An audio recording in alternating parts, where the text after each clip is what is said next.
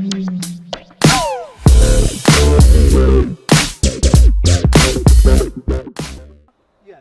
not to the point, and I want to stress this point as well, it's not something that should make people paranoid in any way, shape or form. It's just something that you should be slightly aware of. So if you're if you're on a train in India or a subway in New York and you're touching the poles and pressing the buttons, just be aware that how many people have touched that before you. Next time you go in, before you eat something, wash your hands. You know, it's just tiny little behavioural things like that.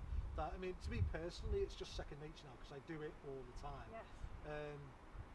So by building in the process, yeah, you don't even have to think about exactly. I don't think about it because it's a part of me. And when I get onto a plane, for example, everyone's worried about flying at the moment, and they really shouldn't be, because it is, like Superman said, the safest form of travel. It really is. It always has been and always will be, and that's from a practical point of view as well as a health point of view, because the risk of becoming sick on a plane is actually very, very low, but the risk is still there, and it's all about taking that potential risk, even though it's low, and making it even lower by the actions that you do. So when I get on a plane, I've always just wiped down all the surfaces that I'm going to be touching. I've washed my hands before I get on. I will disinfect the screen, the table, the armrest, the little window, anything that I'm going to be likely to touch in my immediate environment. So that reduces that risk to almost minimal levels. So I haven't seen that many people do that.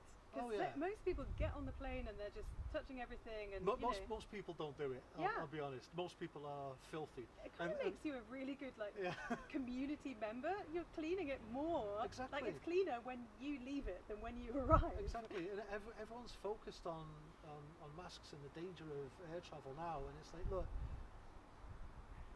you can take little steps like that and reduce the risk to yourself to minimal levels.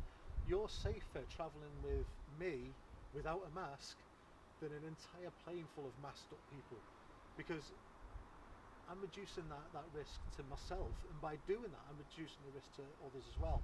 So unless I'm next to someone and I'm literally coughing and spluttering on them, literally on top of them, the risk is relatively low, because I've took those steps.